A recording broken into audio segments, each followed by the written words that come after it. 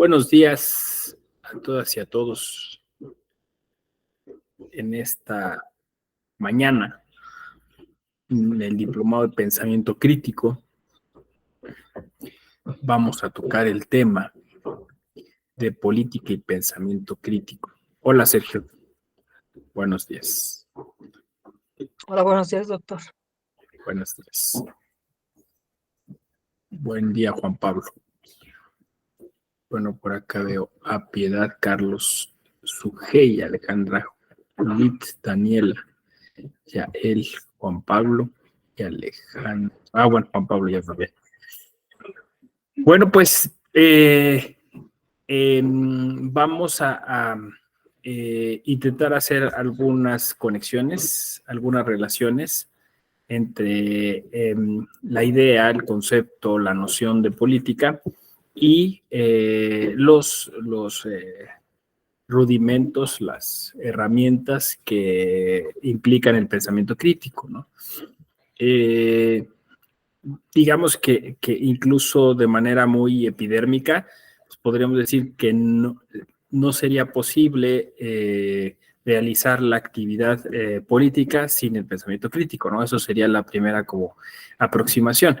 Pero superando, digamos, esa obviedad o ese simplismo. Sí, gracias. Okay,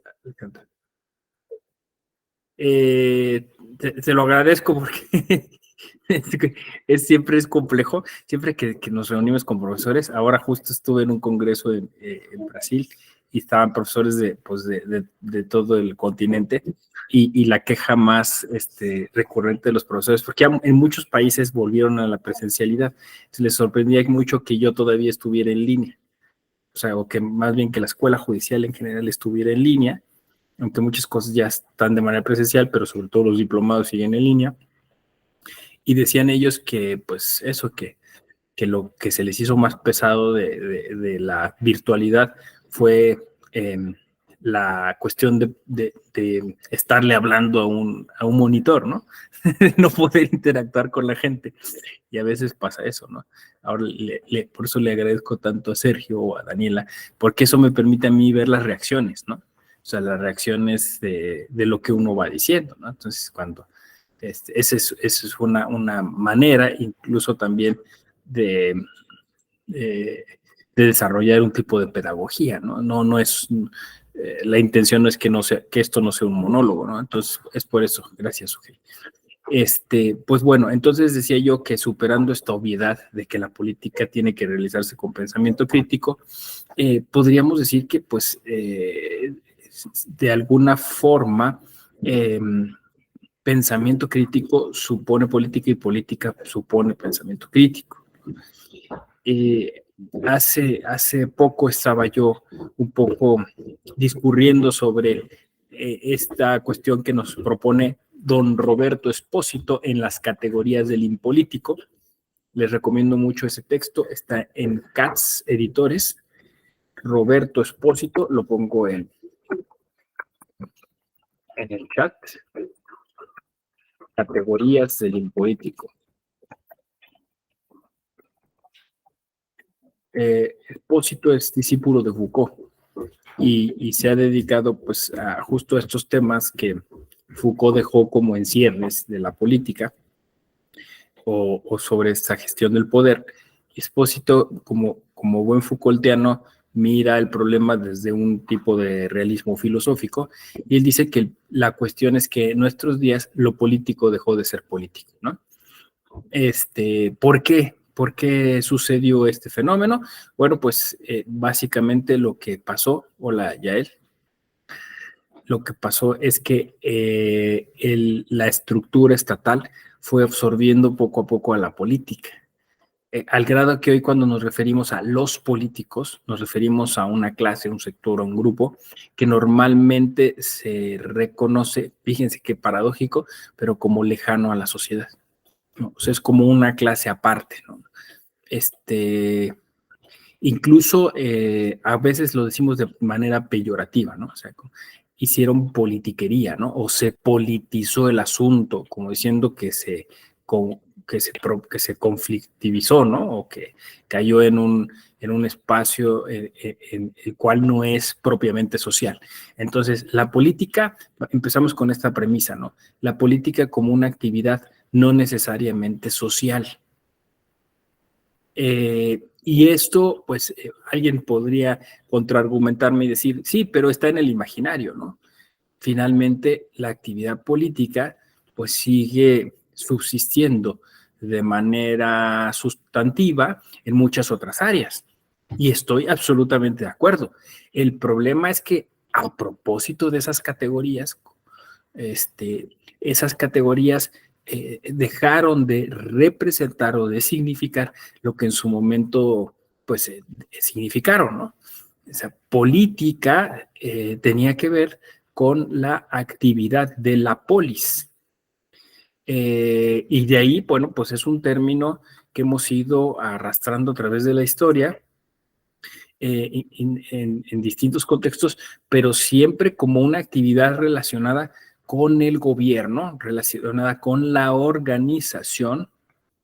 Y aquí incluso ya podríamos empezar como a generar una especie de mapa mental, ¿no? Organización social, organización política, sistema político, sistemas sociales, ¿no? O sea, cómo se van relacionando todos estos conceptos y en qué etapa surgen como nociones ligadas a alguna realidad en la cual pues efectivamente se desarrollan estas relaciones que al final tienen como núcleo el poder, ¿no?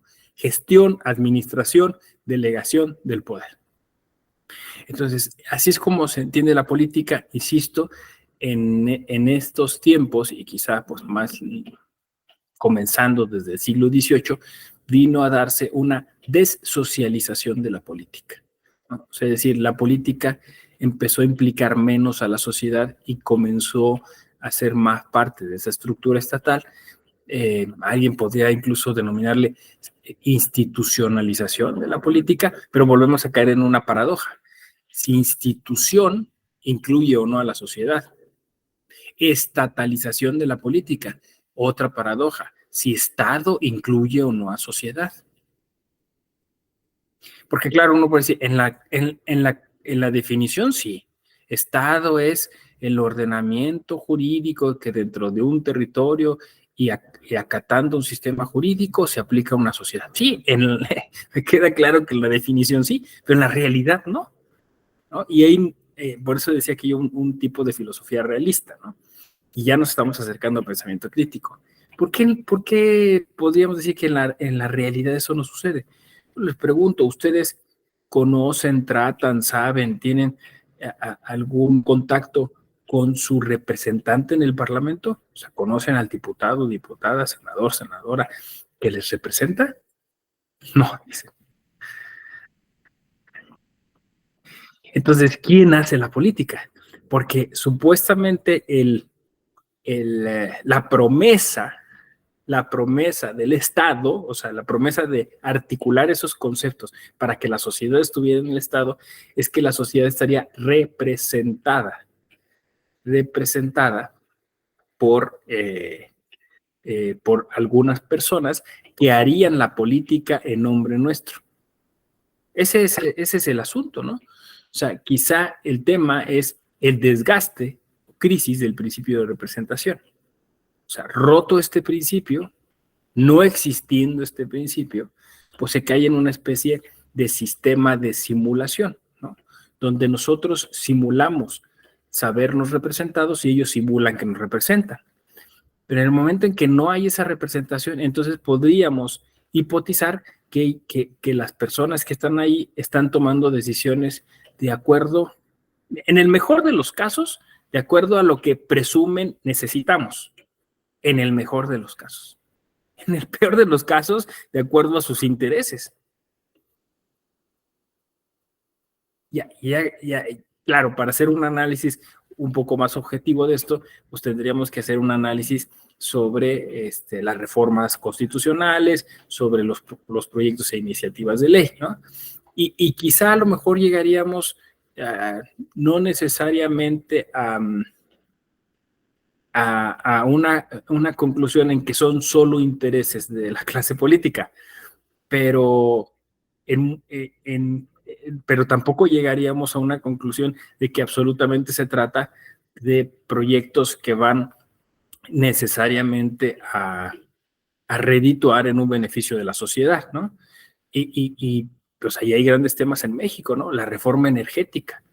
Por ejemplo, en su momento, pues la reforma energética se miró como un gran proyecto que no estaba pensado para la sociedad, estaba pensado para favorecer a una serie de grupos, ¿no? Pues eso, a la clase política que estaba de alguna manera en contubernio con ciertos grupos empresariales, por llamarlos de alguna forma, ¿no? Y, y bueno, pues de ese análisis, pues podríamos incluso, insisto, derivar algunas conclusiones que nos llevarían a pensar que no necesariamente hay una relación inmediata, ¿no?, entre la sociedad y la clase política. Incluso yo he estado utilizando el término clase política, para referirme concretamente a esa categoría que significa una porción de la sociedad encargada de hacer política. Entonces, bueno, ¿qué es lo que está sucediendo? Que la política, como dice Roberto Esposito, es impolítica. O sea, es decir, la política se convirtió en una actividad lejos de la polis. Qué paradójico, ¿no? La política es una actividad que no tiene que ver necesariamente con la organización social. Entonces, ¿qué papel relevante y trascendente jugaría el pensamiento crítico en este fenómeno impolítico? Pues muy sencillamente, ¿no? Muy sencillamente significaría una herramienta muy poderosa para devolver o repolitizar a la sociedad.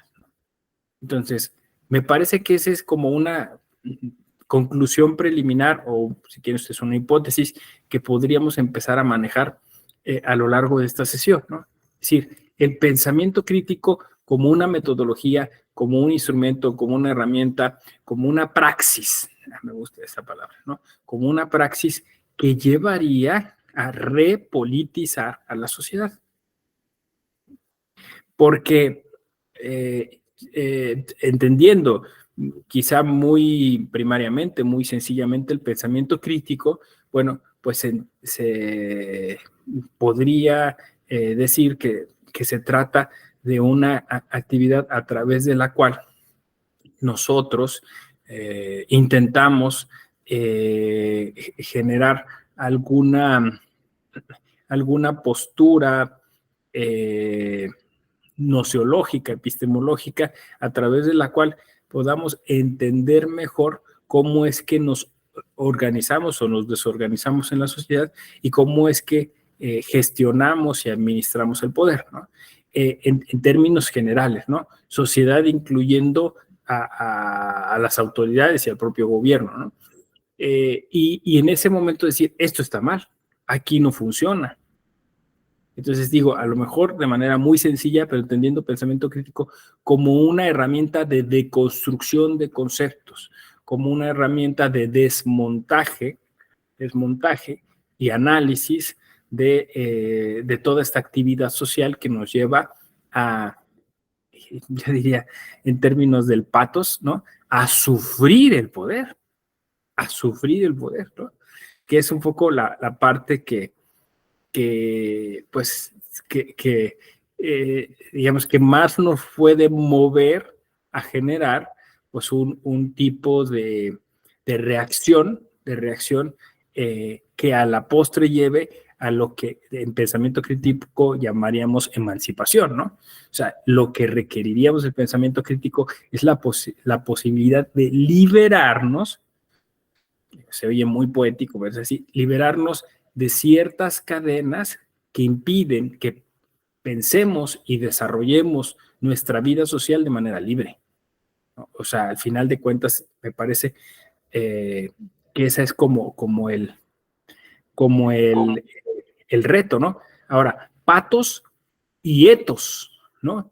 Porque en la medida en que sufrimos el poder, reaccionamos con esa herramienta de pensamiento crítico y tomamos una actitud práctica frente a esa injerencia, ¿no? De poder, ¿no?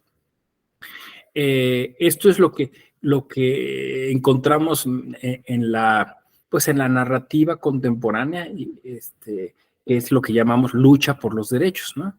O sea, es decir, esta idea de no dejarnos, ¿no? Del poder, evitar el abuso, ¿no? El generar contrapesos, el quejarnos cuando una actividad política está hecha de manera abusiva, de manera egoísta, de manera personalista, ¿no? O sea, eso es, ¿no? Ahora, yo me imagino que ustedes, pues, al igual que yo, se habrán generado una noción sobre pensamiento crítico, ¿no? Y aquí empezamos a problematizar en el contexto de lo político. Porque, claro, pensamiento también podría implicar como una especie de posición inmanentista, ¿no? O sea, de postura especulativa, ¿no? Es decir, bueno, me la paso discurriendo a propósito de lo que debería de ser. Pero a mí me parece que el agregarle lo crítico necesariamente te lleva a la acción. Y pensamiento crítico para mí significaría necesariamente ética, significaría praxis. Pero bueno, eso podría ser debatible, ¿no? No sé, igual, ustedes, por ejemplo, cuando se inscribieron en este diplomado, que piensen en ese primer momento, incluso a nivel emocional, o sea, ¿qué les atrajo de un diplomado así? Porque me imagino que debieron tener un aliciente, porque pues conectarse a las 7 de la mañana no, tampoco es sencillo, ¿no? Y hay que robarle tiempo al tiempo y hay que hacer muchas cosas. Entonces, ¿qué pensaron ustedes? ¿Qué decir? Bueno, voy a tener una herramienta, justo eso, como decía yo, para emanciparme. Y si me emancipo significa liberarme de ciertas cadenas, significa tomar conciencia sobre ciertas cosas y empezar a generar prácticas distintas. Bueno, no sé ahí, incluso si ustedes quieren comentar algo, estaría bien, ¿no? O sea, ¿qué les significa a ustedes un diplomado como esto, ¿no? Y si les significaría, en su caso, pues convertirse quizá en la primera ficha de dominó que después va a tirar a muchas otras fichas para iniciar un cambio, ¿no? Todo esto que se denomina dentro de la política y sobre todo en el léxico marxista, la transformación, que hoy se cargaron el concepto. Se cargaron tremendamente el concepto y seguramente en este país vamos en unos años a dejar de hablar de transformación, pero en realidad de eso se trataba, ¿no? De la transformación social, o sea, del cambio de la praxis a partir del pensamiento crítico. ¿Cómo ven? ¿Cómo ven este primer planteamiento? ¿Qué les sugiere? ¿Por qué están aquí? ¿Por qué les interesó un diploma así? Adelante, Juan Pablo. Y después, ok. Buenos días, doctor. Buenos días, compañeros que toman también el diplomado. Bueno, cuando vi la oferta del diplomado, revisé también el temario. Entonces, eso fue lo que pues me llamó la atención, los temas que se iban a tratar. Y de manera concreta, pues yo lo que buscaba el aliciente es comprender mejor las cosas. Empieza uno a tener dudas, ¿no? Yo durante algunos años estuve bueno, supongo que a lo mejor la mayoría de los compañeros igual son abogados. Se habla mucho del derecho, ¿no? Del derecho, de la justicia, pero sobre la marcha se va uno dando cuenta que a veces, por mí, ni uno mismo tiene claro el concepto, ¿no? Ya después de años, incluso de una licenciatura y algunos incluso de posgrado, pues no se tiene claro el concepto. Entonces, todo este diplomado en concreto del pensamiento crítico, pues eso es eso, ¿no? Empezar a tener las herramientas para comprender mejor ciertos, pues en general fenómenos, ¿no? Pero ahorita abocado al tema electoral y al derecho. Comprender, doctor, eso sería. Me encanta porque sí, de hecho, digamos, ese primer paso, incluso descrito en el mito de la caverna platónica, ¿no? O sea, la persona que se encuentra ahí mirando esas sombras y que por alguna cuestión, en este caso me dices tú, pues toda mi vida ejerciendo el derecho y de repente me detengo y digo, bueno, debe haber algo más, ¿no? Debe haber una explicación detrás de esto. Y entonces, en el mito, bueno, pues son esas cadenas, justo por eso decía emancipación, ¿no? En donde esta persona se libera, sale de la caverna y mira que hay otras personas ahí operando con esas sombras, con esos arquetipos, una palabra muy borgiana, que reflejan sombras hacia el interior, pero es una hoguera. Y todavía hay más explicación allá, porque no es la única luz que produce sombras, ¿no? Y así sigue la metáfora. Pero es eso, es ese camino, dijiste tú, de comprender, ¿no? De entender. Y yo por ahí les propuse un cursillo en la sala especializada que se llamaba El derecho a entendernos. El derecho a entendernos, ¿no? Porque me parece que en la política el pensamiento crítico supondría eso, ¿no?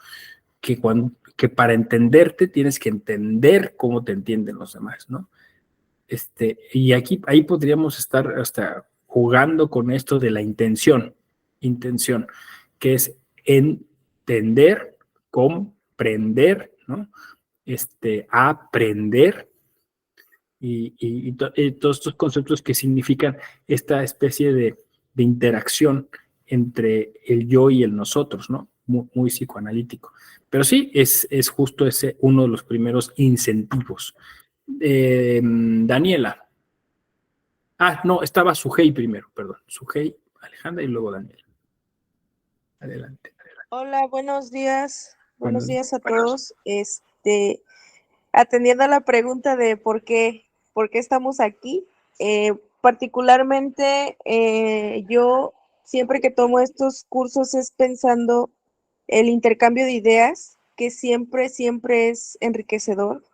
Claro que la teoría es muy importante, claro que conocer autores es muy importante, sin embargo, la forma en cómo a veces cada uno percibe la teoría o la vive o la ve como materializada en su vida o en su trabajo o en el contexto en el que se encuentra, pues parte o permite compartir la vivencia y desde luego enriquecer el conocimiento de otro compañero. Bueno, al menos en mi caso, a veces escuchar a los compañeros, lo que han visto, lo que han pasado. En este caso, el pensamiento crítico, pues realmente el pensar, ¿no? El cuestionarnos, el hecho de que nos digan está esto, pero ¿qué pasaría si fuera diferente o cómo lo puedes tú materializar?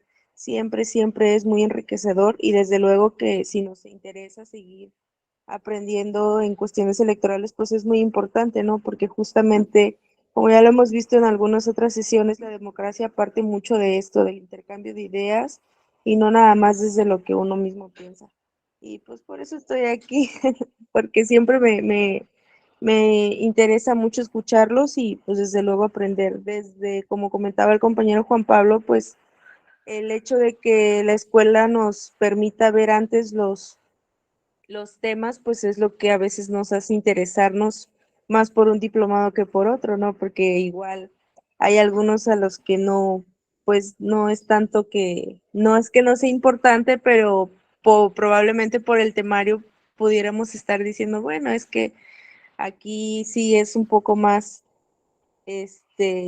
o sea, no se va a prestar tanto para escuchar a los compañeros o al revés. En este caso, pues sí, estos temas, como lo hemos estado viendo, pues sí tiene mucha teoría y muchos autores y todo, pero siempre va a permitirnos expresarnos porque pues cada quien tiene su perspectiva y cada quien puede opinar desde sus vivencias. yo opino como tú, Sujei, que los autores y las teorías tendrían que ser como la plataforma, ¿no? De lanzamiento. pero que en algún momento, o sea, nosotros nos tendríamos que lanzar, ¿no? A generar ese pensamiento crítico. Y por eso, que gracias que están participando, porque de esa manera me permite a mí articular cosas, ¿no? Yo inicié como diciendo, para mí pensamiento crítico es una herramienta, ¿no? No es una bibliografía, no es un marco teórico, ¿no? O sea, no son... Yo incluso, mi primer acercamiento al pensamiento crítico fue en la prepa. No sé si a ustedes les tuvieron la oportunidad de que, bueno, y también depende el área en la que te encontrabas. Yo estaba en ciencias sociales y nos pasaron un libro que se llama, de Jaime Balmes, que se llamaba El Criterio. Jaime Balmes. Me acuerdo muy bien porque esos libros de Sepan Cuánto se porrúa, que traían abarrotadas así las citas abajo de todos los autores, ¿no? Entonces hablaban del criticismo kantiano, hablaban de todos estos autores modernos, sobre todo occidentales, que se planteaban el tema del pensamiento crítico, ¿no? Insisto, el título era El Criterio, ¿no? De Balmes. Y siempre, digamos, me quedé con esa idea de, como dices tú, que se trataba como de saber qué habían dicho los autores. Pero cuando empecé como a entrarle un poco más de lleno a la filosofía del derecho, incluso pues me volví profesor de eso, yo me quedé con la idea de que estas clases deberían ser una oportunidad para desarrollar pensamiento crítico. O sea, para decir, a ver, yo pienso así, ¿estoy pensando de manera estandarizada o estoy tratando de romper con algún molde que podría ser pernicioso porque está repitiendo un tipo de conducta que a la postre pues es, no sé, discriminatoria o es insensata o es muy visceral, no sé. O sea, son esas preguntas que nos hacemos, ¿no? ¿Podría yo pensar de otro modo? Y yo creo que sí. O sea, yo creo que si están aquí, tienen ese primer incentivo, ¿no? Como lo decía Juan Pablo también, ¿no? Es decir, de romper con inercias. Es más, pensamiento crítico como algo disruptivo. Disruptivo, ¿no? Entonces, estamos hoy pensando la política de manera disruptiva, no como algo que nos zombifica o que nos hace ir en manada, ¿no? Sino justamente haciendo ese alto, haciendo esa pausa, tomando distancia, generando perspectiva, y ahí hay un montón de metáforas, ¿no? Interesantes. Efectivamente, entonces, hagámoslo y no demos esa oportunidad. Me gustó otra cosa que dijiste, Sujei. Aquí es un espacio en el que podríamos justo empezar a ensayar de manera segura ese pensamiento crítico. A ver, así, ¿no? Tómenme como loco, poeta soñador. Voy a decir esta idea. Y más, la lanzo, ¿no? O sea, porque si al final es disruptivo, ¿y qué tal si, por ejemplo, pensáramos la política sin Estado?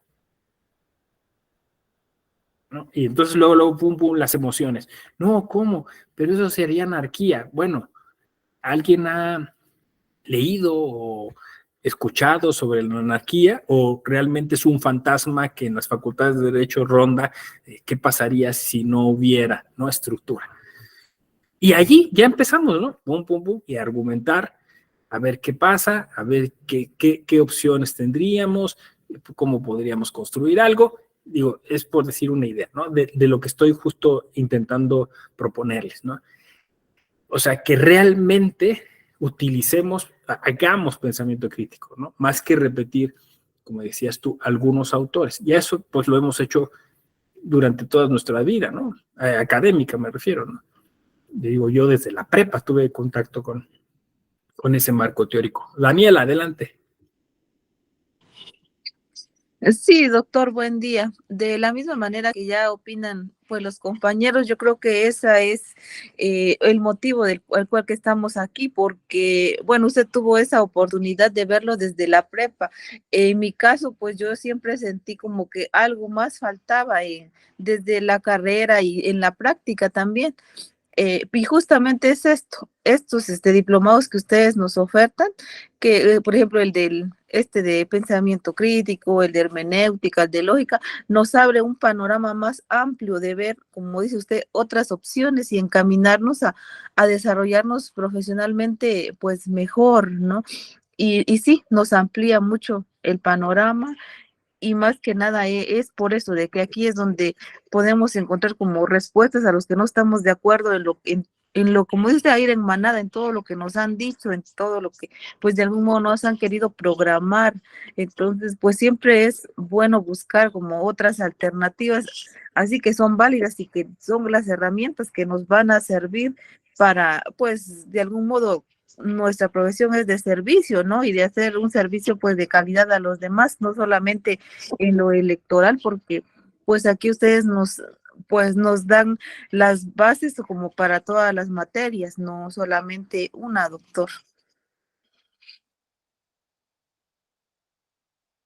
Sí, la idea de la oferta académica de la Escuela Judicial Electoral era ofrecerles distintas herramientas, ¿no? Hay algunos diplomados que seguramente ustedes habrán visto, habrán incluso cursado, que tienen una carga mucho más técnica, ¿no? Y como dices tú, Daniela, hay otros como el presente diplomado que tienen una carga mucho más formativa, ¿no? Menos informativa y más formativa, ¿no? Entonces, claro, un pedagogo diría, una pedagoga diría aquí que se trata de una clase que intenta incorporar competencias. Entonces, aquí les vengo a proponer eso, ¿no? No sé eh, a qué altura del diplomado vayan, ¿no? Me imagino que están como por la mitad, ¿no? Sí, es más o menos. Entonces, más o menos. Pues miren, yo les propondría que de aquí en adelante lo asumieran este diplomado como un curso que les propone la incorporación de competencias. O sea, que a partir de ahora digan, bueno, y se lo plantean así a los profesores y profesoras que vengan por aquí, ¿no? Es decir, ¿cómo puedo utilizar esta herramienta? O sea, adquirir la competencia del pensamiento crítico. ¿Cómo se lo puedo aplicar al plan B? ¿Cómo puedo utilizar el pensamiento crítico para analizar el plan B? O sea, échenles ese desafío, ¿no? Y ustedes mismos propónganselo, ¿no? Es decir, ¿qué características tendría una competencia ligada al pensamiento crítico? De manera que esto les sería sumamente útil, ¿no? Incluso en el caso, es más, en su currículum, agréguenle, ¿no? Pero no como un diplomado, sino como una competencia. Es decir, y cuando ustedes se presenten en algún lugar, yo puedo a través del pensamiento crítico desarrollar un análisis de ciertos conceptos, hacer una deconstrucción de ciertas cuestiones, proponer otras metodologías, otras maneras de hacer las cosas, ¿no? Y entonces ahí es por eso decía yo que para mí pensamiento crítico no es un concepto estático, no es un concepto eh, eh, la palabra que utilicé, especulativo solamente, ¿no? Sino de razonamiento práctico. Es decir, que yo pienso críticamente, no para decir, miren, ya lo logré, ¿no? Ya pensé críticamente, no, sino para hacer cosas, para hacer cambios, para proponer transformaciones. Bueno, ¿por qué es importante esto en la política?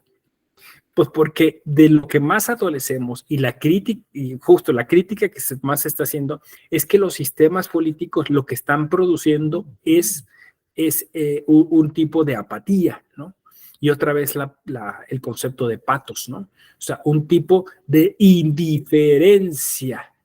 Y a mí me parece que casi indiferencia podría ser antónimo de pensamiento crítico, ¿no? O sea, tú también conectaste conmigo, Daniela, en esto de la manada, ¿no? O sea, cuando pensamos en justo una metáfora en la cual la gente no piensa críticamente, pues es eso, ¿no? O sea, es un rebaño de ovejas que lo llevan de un lado a otro, ¿no? Que lo encierran. Por ahí leí una historia, ¿no? Que no sé si sea real o no, me parece verosímil, pero bueno, era así como, ¿cómo haces para domesticar a cabras salvajes, ¿no? Y entonces era una persona de algún país, no sé, europeo, ¿no? Suiza, no sé, algo así, que domesticaba estas cabras. Dice, lo primero que haces es dejarles un cereal, maíz, algo, ¿no? Algo que les guste comer a las cabras. Entonces, las cabras empiezan, les dejas esa porción de alimento ahí, las cabras vienen siempre a ese mismo lugar y vienen y traen a más cabras, ¿no? Entonces, el primer paso es poner una cerca enfrente a donde está el alimento. Entonces, las cabras se van acostumbrando a esa cerca, ¿no? A comer y mirar la cerca. Entonces, lo ven como algo positivo, ¿no? Ah, mira, asocian eso, ¿no? Y así, ¿no? O sea, la historia va así, ¿no? Va acercando.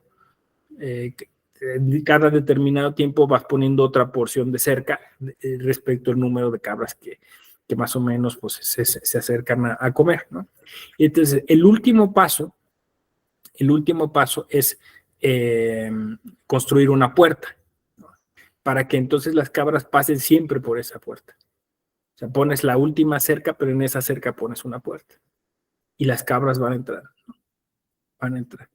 Y entonces, ya que entran y están comiendo, cierras la puerta.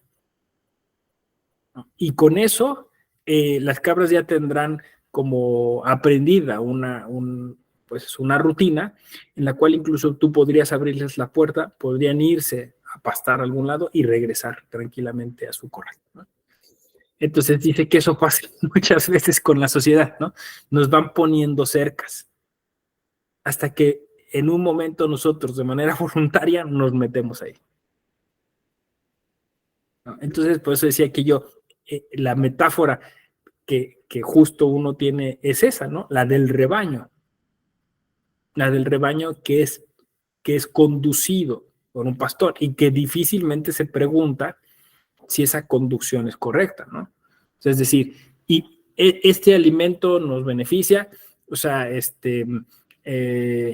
podría yo seguir conservando mi libertad aunque me cueste más trabajo conseguir el alimento, o sea, vendrían muchas preguntas, ¿no?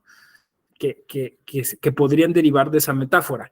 Pero la idea es esa, es que la política se volvió simplemente pues una actividad de conducción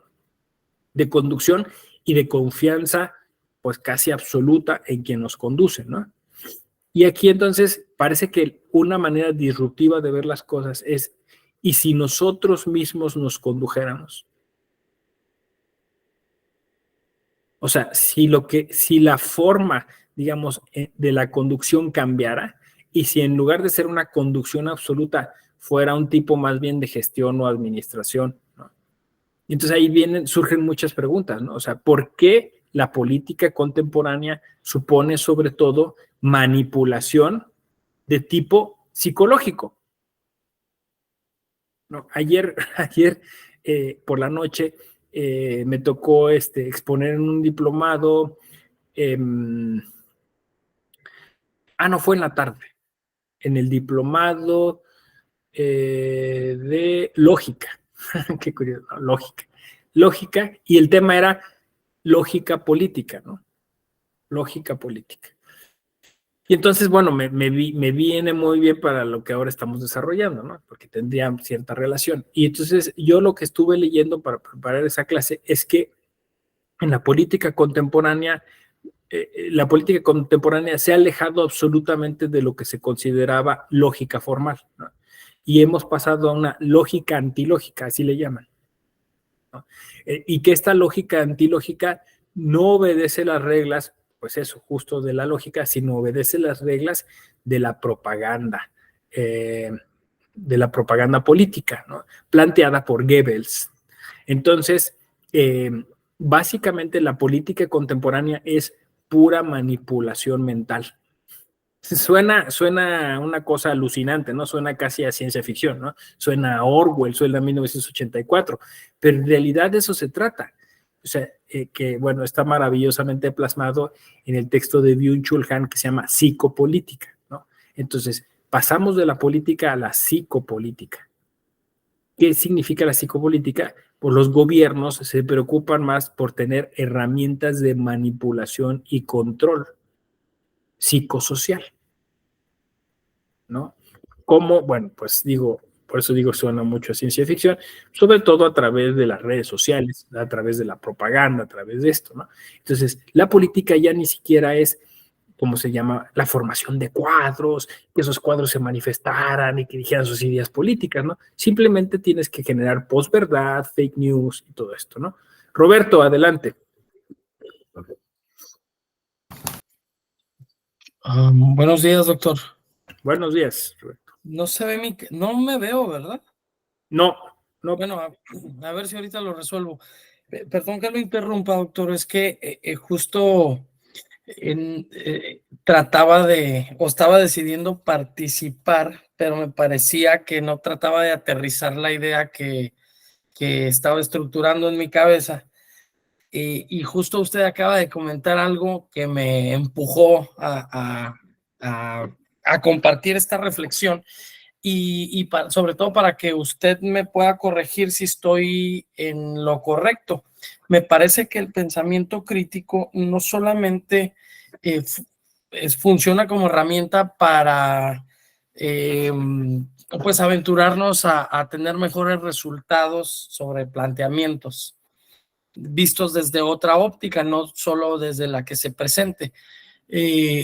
Estaba meditando en que tal vez el pensamiento crítico también sirva para poder entender otras posturas, y es lo que mencionaba ahorita usted. Quería poner como ejemplo el funcionamiento del actual gobierno federal, que hay mucho encono en la sociedad.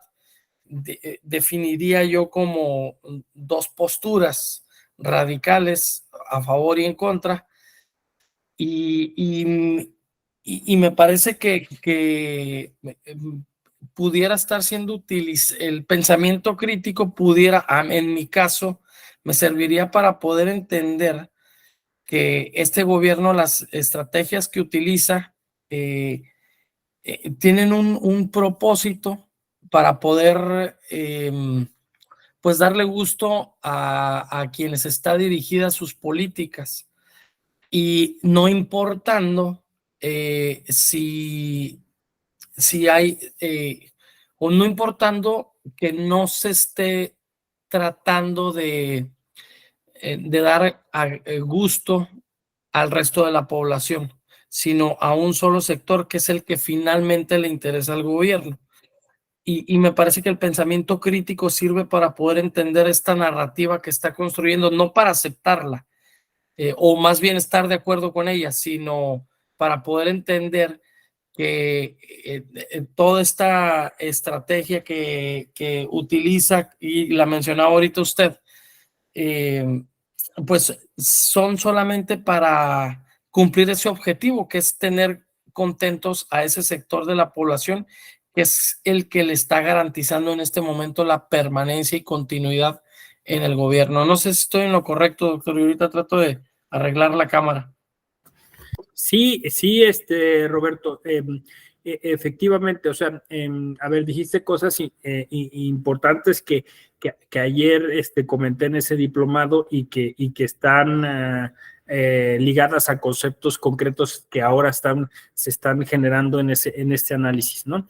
A ver, hablaste de narrativas, ciertamente, ¿no? O sea, esta lógica antilógica, esta lógica difusa, futsi, ¿no? Le llaman, esta lógica nebulosa, ¿no? Donde fíjense qué interesante, la lógica nebulosa, como la definen, es donde los hechos dan lugar a discursos, pero después los discursos se autonomizan y los discursos dan lugar a hechos, ¿no? Qué interesante, ¿no? Entonces, parece más importante la narrativa o el discurso, lo dijiste tú, Roberto, que a veces el demostrar, que eso era parte pues de la lógica formal clásica, ¿no? Demostrar que detrás había lo que llaman método científico, pues había pruebas para sustentar algo, ¿no? Ahora no. O sea, el discurso se autonomiza y el discurso en sí mismo se constituye como una prueba de realidad, ¿no? Entonces, esto es lo que se llama posverdad. Por eso uno de los lemas clásicos de los gobiernos actuales, y esto no es exclusivo del gobierno mexicano, es un sistema que opera en casi todos los gobiernos del mundo, es quien controla la narrativa, controla todo, ¿no? Entonces, la lógica es esa, es la lógica que es intrínseca al discurso. Pero fíjense qué es lo que está pasando, que a veces esa lógica incluso viola el principio clásico de no contradicción. O sea, el discurso puede contradecirse varias veces. Es más, es deseable que se contradiga, porque eso genera confusión. Entonces, si ustedes luego le rastrean esto de la lógica antilógica, es muy interesante porque pues, muchos de los gobiernos, pues, uno diría, qué tonto, se equivocó porque ya había negado eso, ¿no? O siempre hay un tuit, ¿se acuerdan que?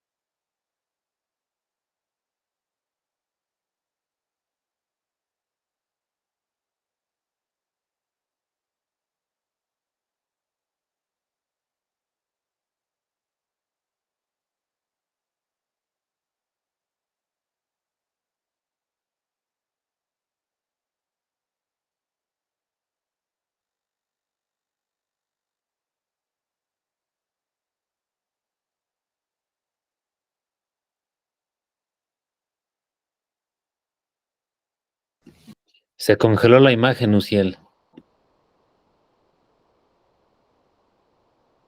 Ok, gracias.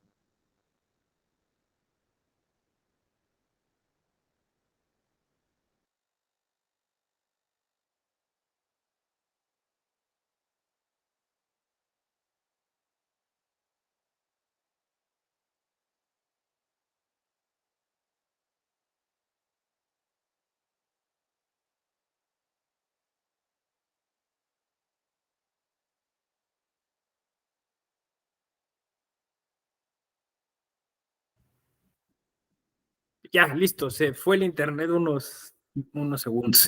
Entonces decía yo que incluso es deseable que se contradiga, ¿no? Que haya contradicciones para generar esta confusión. Entonces, esto se ha denominado infodemia, ¿no? O sea, ya no necesitas construir narrativas que sean coherentes. Lo que tienes que hacer es saturar de información pues eso, a la sociedad, a la opinión pública, de manera que entonces eso genere un tipo de inacción, ¿no? De inactividad. ¿Sí?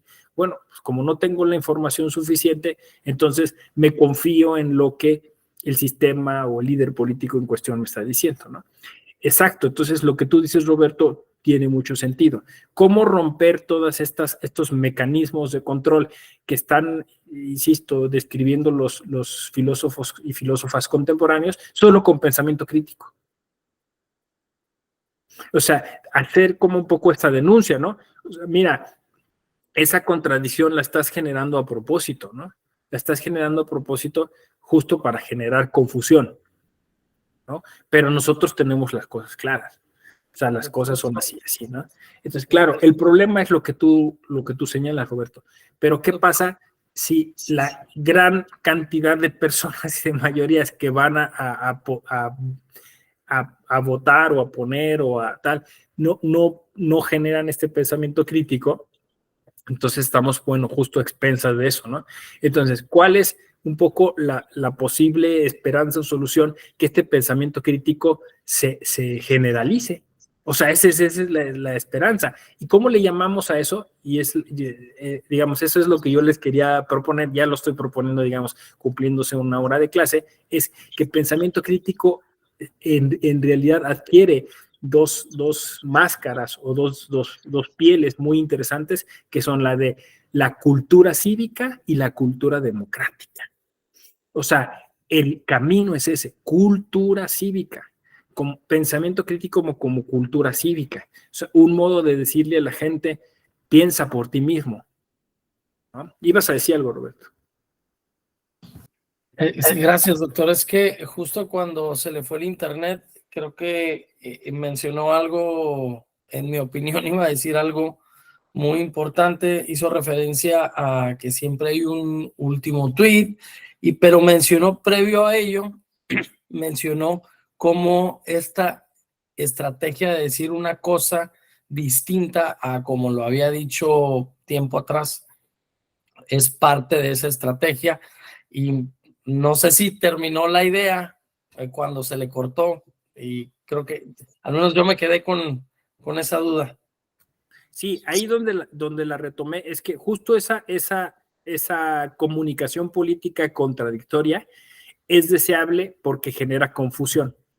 Digamos que el instrumento político contemporáneo más utilizado dentro de la psicopolítica es la confusión. Y esto es lo que decía yo, que se denomina hoy infodemia, ¿no? O le llamamos posverdad. Es decir, hay que crear una verdad paralela que sea igual de verosímil que otro tipo, o sea, es más, crear muchas verdades, ¿no? O sea, piensen en casos célebres como el asunto de Ayotzinapa, ¿no? O el asunto de Devani o cualquier otro, ¿no? No es necesario, o sea, puesto que ya no es suficiente decir, esta es la verdad oficial, porque entonces empezaban las manifestaciones, las críticas. Entonces, lo que haces ahora es generar 20 posibilidades, 20 verdades verosímiles, y entonces la confusión pues genera eso, ¿no?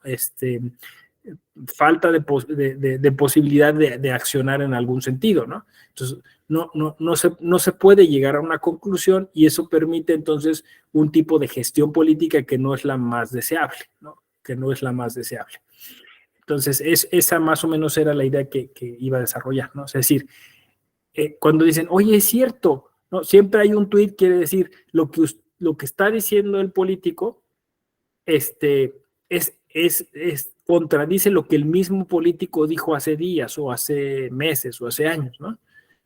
Y curiosamente el político no sale a aclarar, ¿no? Lo deja así, porque ese es un instrumento de control político. Entonces, claro, el pensamiento crítico funcionaría como una herramienta para, no solamente para decir, oye, se está contradiciendo, ¿no? Es decir, esa contradicción está generando este tipo de resultados. Doctor, sí. ¿Y este caso es exclusivo de México o es algo generalizado y que por vivir en mi burbuja no me he percatado de otras naciones? No, es generalizado. O sea, este es un instrumento que se utiliza. Tiene varios, o tiene otros componentes que incluso en Estados Unidos viene operando desde los años 70. O sea, y para muchos analistas, el culmen de esto lo alcanzó el gobierno de Trump. O sea, Trump puso a funcionar todos estos mecanismos y los exacerbó a la 10ª potencia, ¿no? O sea, Trump lo utilizó de manera, pues vamos a decir, desgraciadamente exitosa, ¿no? O sea, logró casi todo lo que quiso, porque quiso reelegirse, pero no pudo, ¿no?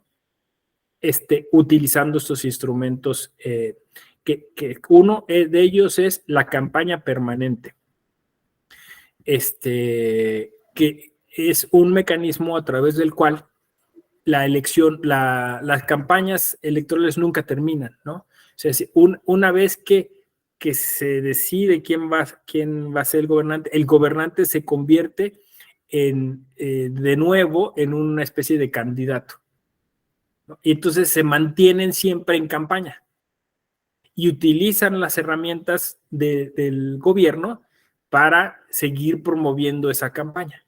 Entonces, parece que estás hablando de México. No, o sea, este es un mecanismo que surgió en los Estados Unidos.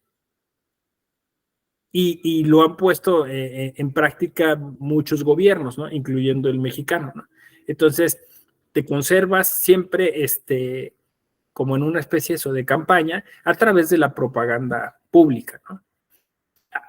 Claro, en México podemos decir, hay muchos candados para que la propaganda pública nos... Pero también lo cierto es que el gobierno tiene el sartén por el mango, ¿no? Y tiene muchos mecanismos para poder seguir generando este modelo de comunicación política, donde en México teníamos una expresión que se volvió célebre en la película de Luis Estrada de La dictadura perfecta, ¿no? Se llama La caja china. La caja china, ¿no? O sea, en cuanto surge una noticia, porque pues hoy justo por el uso de redes sociales es más posible que alguien pueda difundir una noticia que va contra los intereses del gobierno, lo que generas es una noticia alterna, la caja china, ¿no? Que genere pues la atención o que desvíe la atención del otro asunto, ¿no? Entonces, bueno, pues esto es, hay incluso una película muy famosa en los Estados Unidos que se llama Wag the Dog, ¿no? Donde ahí esa comedia política, pues cuando hay un asunto muy grave en el gobierno, lo que hacen es crear una guerra, ¿no? O sea, literalmente crear una guerra para desviar la atención, que es una relación.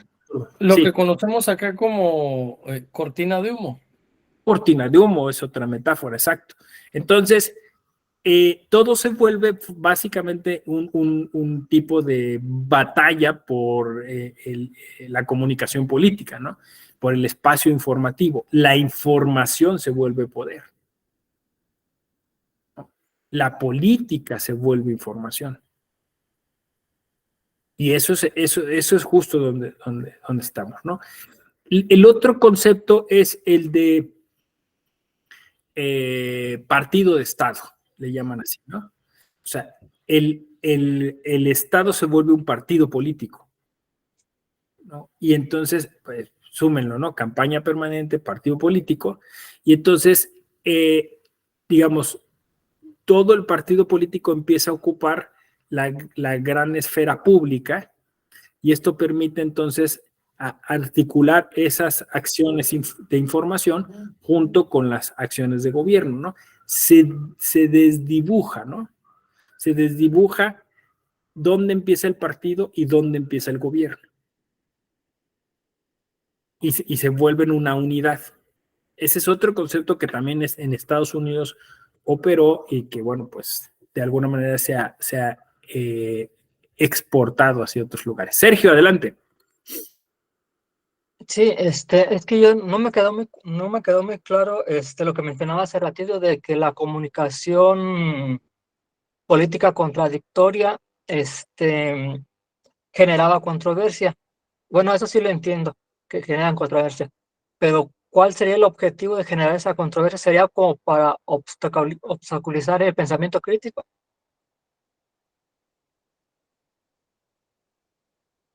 Sí, o sea, ahí la idea es que la gente piense lo menos críticamente posible, ¿no?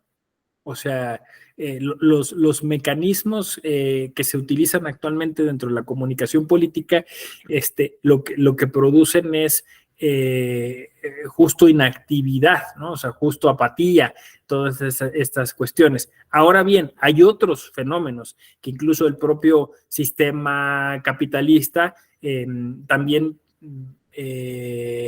digamos, fomenta esta falta de pensamiento crítico, como es el caso de la proletarización. O sea, pensemos que entre más ocupados estemos y preocupados por el tema de la subsistencia, es decir, tenemos jornadas de trabajo extenuantes, ¿no? Tienes que estar pagando una serie de créditos, la hipoteca, el crédito del auto, no sé qué. Entonces, todas estas preocupaciones te llevan a estar en una inercia constante, en una actividad constante y no te permite entonces detenerte y decir, bueno, voy a analizar si todo esto está bien o está mal, ¿no? Generar pensamiento crítico de alguna manera necesita altos, necesita espacios de reflexión, necesita espacios de discusión y diálogo. Pues si la gente no tiene tiempo, no hay forma de generarlo, ¿no? Entonces, el sistema mismo produce esas cuestiones, ¿no? Entonces, claro, esto está ligado a otros fenómenos sociales, ¿no? La urbanización, ¿no? La gente tiende a irse hacia las ciudades, donde los tiempos son mucho más complicados, ¿no? O sea, todavía en algunas ciudades del interior de la República, pues tienes un espacio para la comida con tus familiares, seres queridos, ¿no? Incluso en algunos lados tomar el café, o sea, esos espacios públicos en los que se puede empezar a desarrollar un tipo de crítica, cada vez son menos. No, bueno, acaba de salir la semana pasada un indicador, un índice, donde México en América Latina es el segundo país más improductivo. Trabajamos mucho y producimos poco. Entonces, eso genera sociedades con poco pensamiento crítico, con poca actividad política, ¿no? O sea, entonces, estamos constantemente insistiendo en que la fórmula es la participación política, pero ¿a qué hora? O sea, ¿a qué horas te reúnes con tus vecinos para decir, tendríamos que hacer esto, vamos a poner un escrito tal, vamos a hablar con el político, vamos a exigirle a nuestro diputado? ¿Cuándo lo haces? No puedes, porque no hay tiempo, ¿no? Sí, más o menos. Entonces, son múltiples los factores que coinciden ahí. Sí, Sergio, adelante. No, sí, entonces esto es parecido a lo que preguntó al principio de que por qué nos había llamado la atención del diplomado. Y yo estaba pensando en decirle que, por ejemplo, lo que se me hizo atractivo fue la idea de que la gente, digo, por lo menos ahorita, los que estamos conectados, pero la idea de que la gente aprenda a repensar la política, a repensar lo electoral y no se deje llevar o no se deje guiar solamente por aquello que nos dicen ahora sí que pues los políticos, sí, la clase política. Exacto, exacto. O sea, por eso decía yo que quizá una palabra que pudiera englobar todo esto es emancipación, ¿no? O sea, Sí, sí. pensamiento crítico es emanciparse, o sea, es decir, no me voy a dejar engañar, no me voy a dejar tomar el pelo, no me voy a dejar que me vean la cara, ¿no? Voy a pensar por mí mismo. Y el acto siguiente es un acto político y voy a hacer que los demás piensen por sí mismos. Ese es un acto político. Ahí está política y pensamiento crítico. En el momento que digo, y esto lo tengo que compartir, esto no me lo puedo quedar, esto tiene que ser articulado, una sinergia social, ahí se vuelve político. O sea, ya tu actividad es política, ¿no? Porque no te estás diciendo, yo soy el único que piensa críticamente, ya entendí que nos están viendo la calle, ya vi que nos están pues haciendo o generando estas ideas, ¿no? Sino el que dices, ¿y a quién más se lo puedo decir, no? Juan Pablo, adelante. Gracias, doctor. Bueno, me quedé con la pregunta que hace Sergio, que el decir una cosa y después otra, bueno, no sé si lo entendí bien, y qué se obtiene con generar esa confusión. Yo me atrevo a pensar que dentro de esa confusión, pues es también sepultar lo que pudiera ser, vamos a llamarlo así, la verdad, o lo que puede ser razonable, ¿no? O sea, entre tanta confusión, pues ya no podríamos distinguir qué es por lo que podríamos optar y que nos llevaría al resultado que deseamos, generando esa confusión y también generando otra cosa que usted mencionaba, la apatía, ¿no? O sea, decir, dicen una cosa, dicen otra, entonces pues ya perdemos el interés. Y también, bueno, pues eso conlleva a mantener lo que igual menciona, el control, a mantener ese control. Yo lo veo así como las empresas que generan su propia competencia, pero al final de cuentas, pues son los mismos. Y es ahí donde podemos implementar también esas herramientas, ¿no? Nos dijo hace un ratito, ya no tomen esto, ya no digan que es como un diplomado, ¿no? Sino que como que están adquiriendo es algo de competencias, ¿no? Ya las herramientas que ustedes requieren, y ahí es donde entraría lo que digamos, bueno, el razonamiento, el no tener prejuicios a la hora de optar por vamos a decirlo así, por una postura, la experiencia, que también ya se ha mencionado de manera reiterada, que es lo que se requiere para poder pensar, donde el otro tema que decían, bueno, ¿cómo piensan los abogados? ¿No? Bueno, se requiere de la experiencia. Y otra cosa con la que yo me quedo aquí en este diplomado es la importancia de la práctica, ¿no? Como decía hace rato, Sujei, ya no solo es de leer y de pensar y de estudiar, sino también vamos a empezar a llevar las cosas a la práctica. Sí, y yo creo, yo agregaría dentro de esos mecanismos que dices, como el de dilucidar o razonar, el de estar conscientes de nuestros sesgos cognitivos, nuestros preconceptos y prejuicios, yo sumaría el de la colaboración, ¿no? Es decir, ¿qué pasa cuando tenemos una duda, ¿no? Normalmente lo que hacemos es acudimos a otras personas. Entonces, creo que eso, por eso decía yo, redundo en el tema de la participación política, ¿no? Es decir, si pudiéramos hacer esto más colaborativo, ¿no? O sea, si pudiéramos hacer esto más constructivo. Yo sé que muchas veces lo decimos, pero se queda ahí, ¿no? O sea, es una cosa también discursiva. ¿Cómo podemos trascender el discurso e ir a algo que sí realmente sea constructivo, ¿no? Entonces, yo creo que estos espacios, estos diplomados virtuales son una oportunidad para ello, ¿no? Porque pues están un cierto tiempo ustedes aquí, se empiezan a conocer, empiezan a ver cómo piensa cada quien, ¿no? Pero es una tremenda oportunidad, o sea, piensen que a lo mejor alguno de ustedes pues tiene alguna sugerencia para alguien más, ¿no?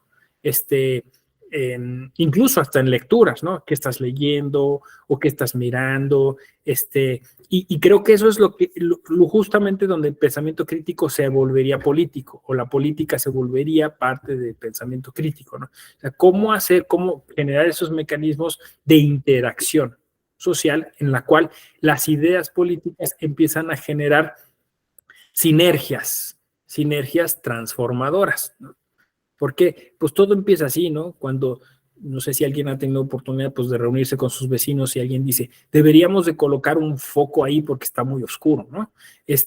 ¿Por qué no hacemos tal cosa para estar más comunicados entre nosotros? Vamos a generar un chat, ¿no?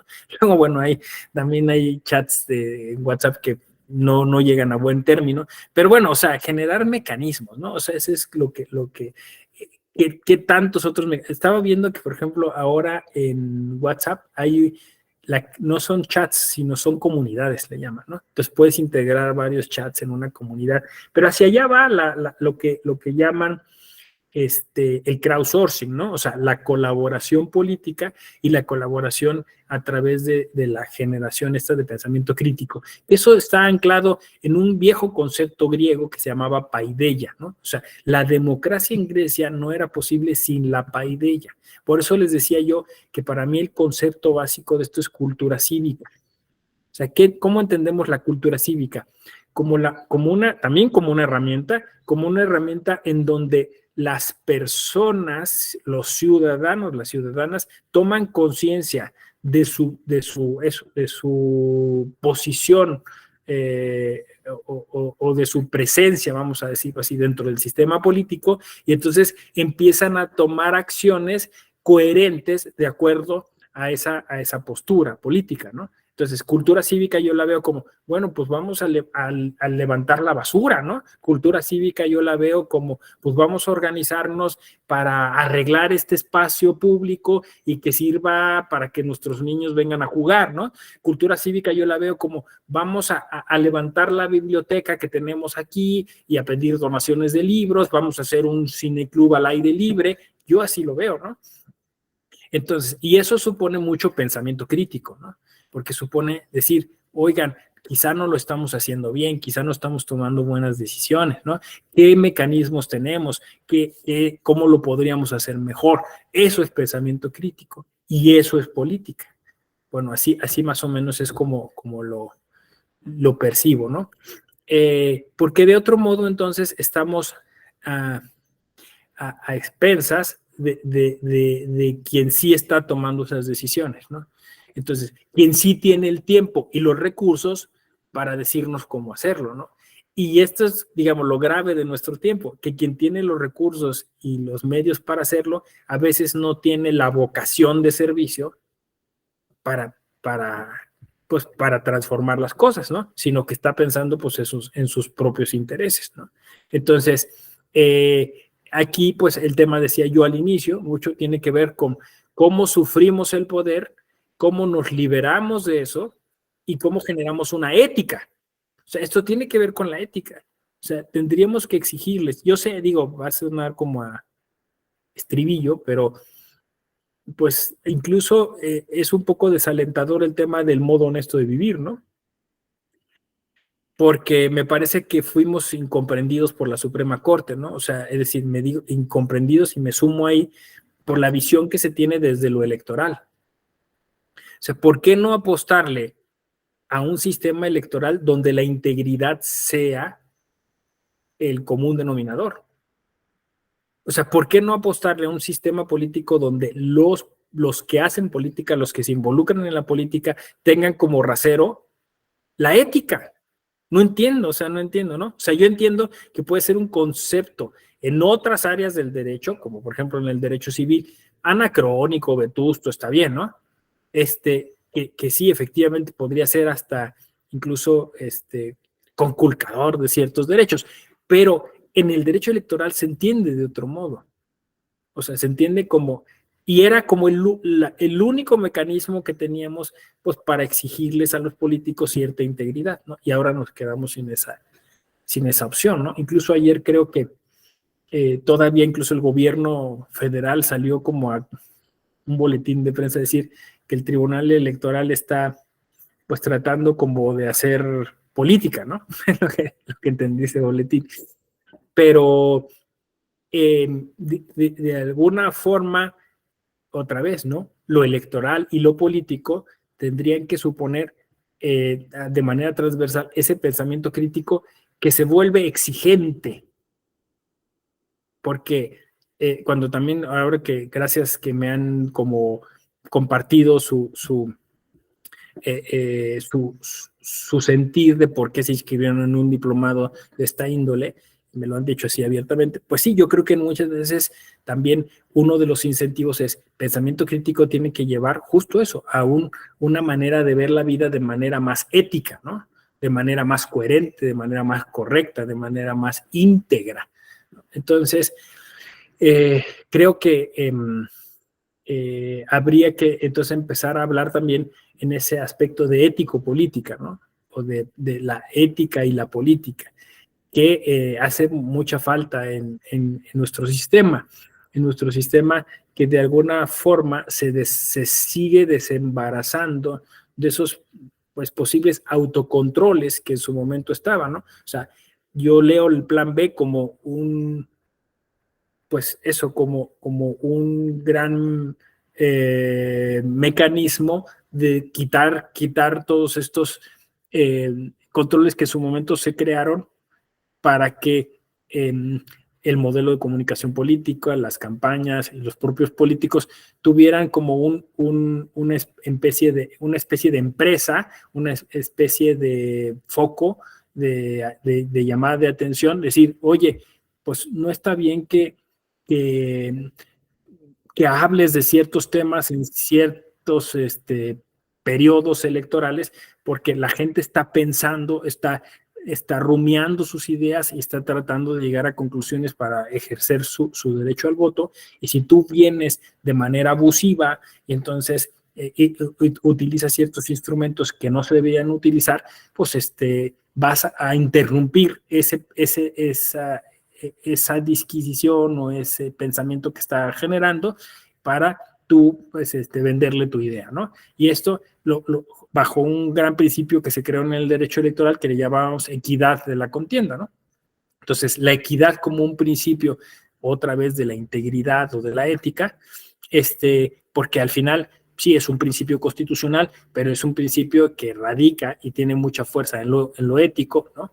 Y que justo pues hoy con el plan B está en riesgo, ¿no? Porque entonces pues vayan y hablen de lo que quieran, cuando quieran y como quieran, ¿no? Y utilicen los recursos del Estado, si eres servidor público, pues manifiesta tus ideas en una cosa ahí muy rara, porque sí, los servidores públicos tenemos libertad de expresión, pero la libertad de expresión nuestra dentro del servicio público, pues está ligada a muchas otras cosas, ¿no?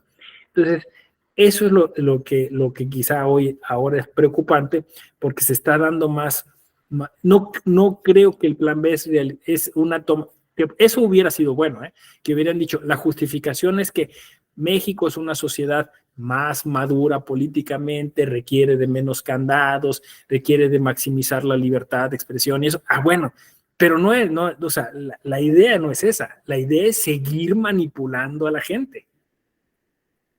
Entonces, hoy, más que nunca, pensamiento crítico resulta una herramienta indispensable. Sí, Sujei, adelante.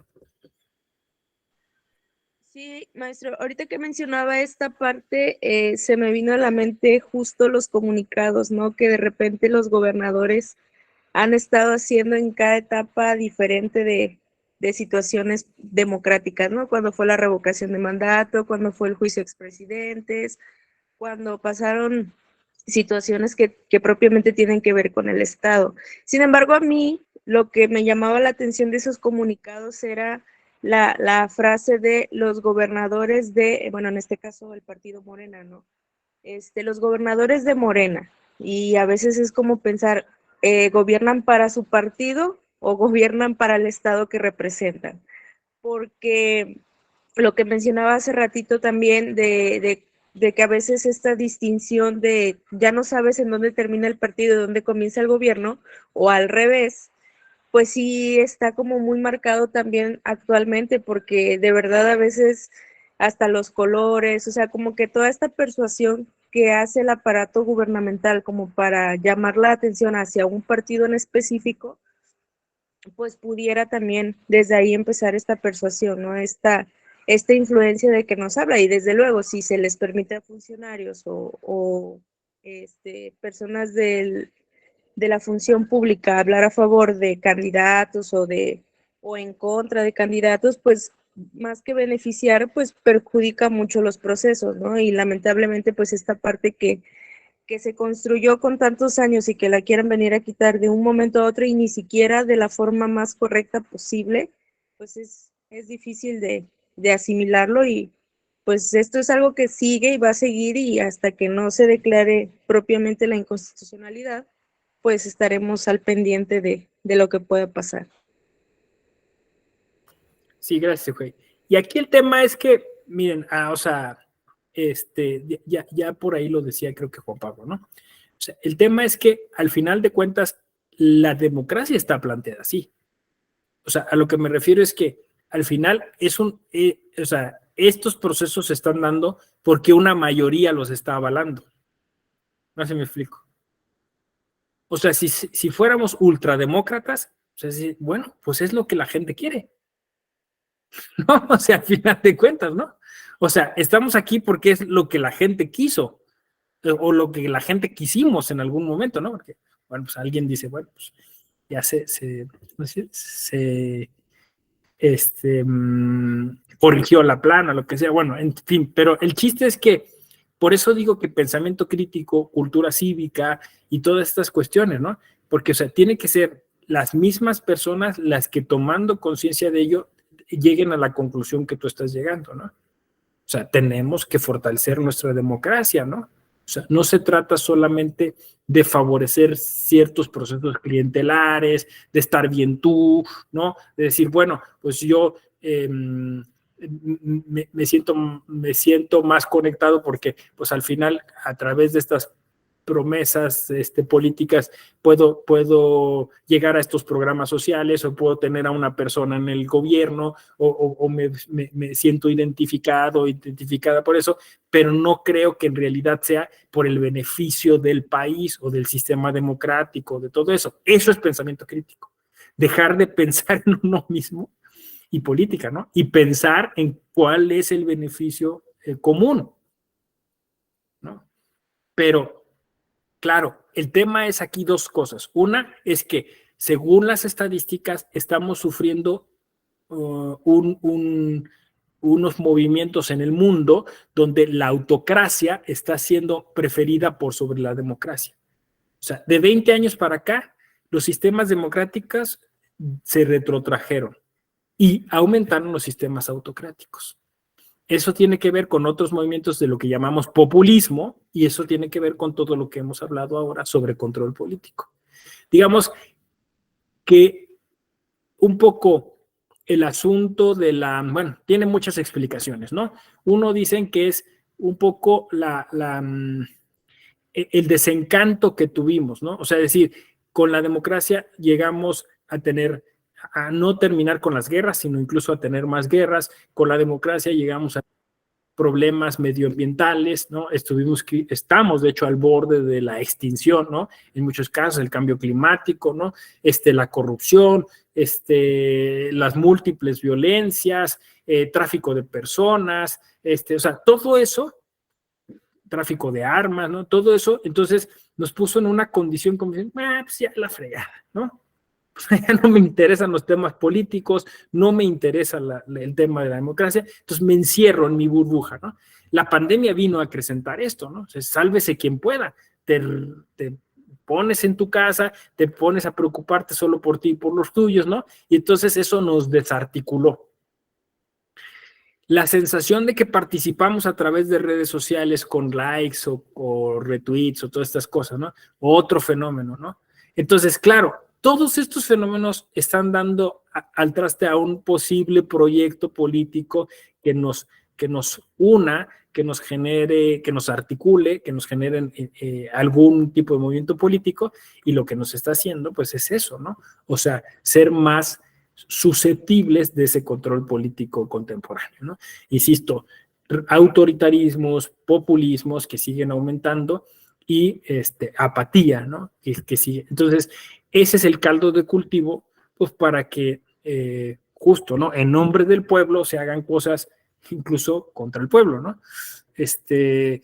Y ese es el tema, ¿no? O sea, que para, digamos, desactivar todo esto, lo que requerimos es que la gente piense por sí misma, que la gente piense críticamente para que empiece a optar y a proponer incluso soluciones desde su posición, ¿no? No soluciones que necesariamente le vengan desde arriba. Digamos que el cambio tiene que ser desde la horizontalidad y no desde la verticalidad, ¿no? O sea, frente a un pensamiento iluminista, ilustrado, ¿no? O sea, eso vertical, bueno, tenemos que empezar a fomentar conceptos como sociedad del conocimiento.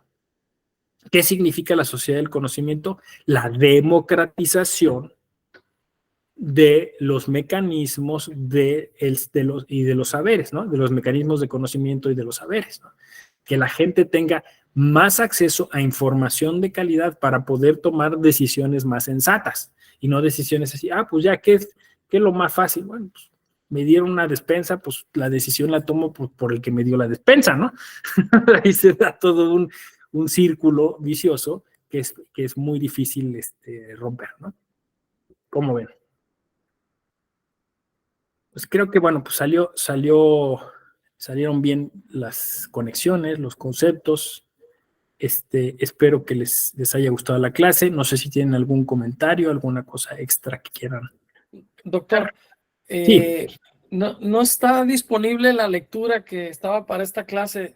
No sé si usted nos las puede compartir. A ver, cuéntame qué era, qué. Es... ¿Está rota la liga?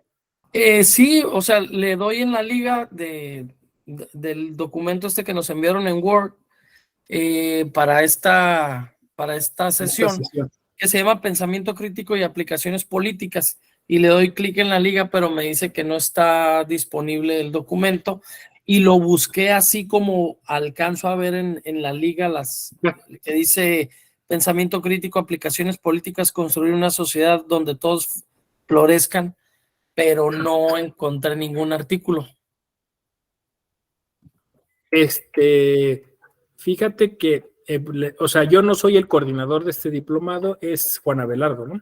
Entonces, le voy a comentar, ahorita que justo le estoy escribiendo en el chat, decirle que la liga está rota y que lo corrija, para que se las manden por correo electrónico. Yo les voy a compartir otra lectura que puede ser interesante en Gracias. en este aspecto, pero pues sí, para que lo corrija y quede ya como asentado, ¿no? Gracias, doctor. No, de nada. Entonces, pues muy bien. Pues muchas gracias por conectarse y les veo en otra ocasión, ojalá de este diplomado tan interesante como es pensamiento crítico. Cuídense mucho. Bonita mañana, bonita jornada de trabajo. Hasta luego. Hasta luego, muchas gracias.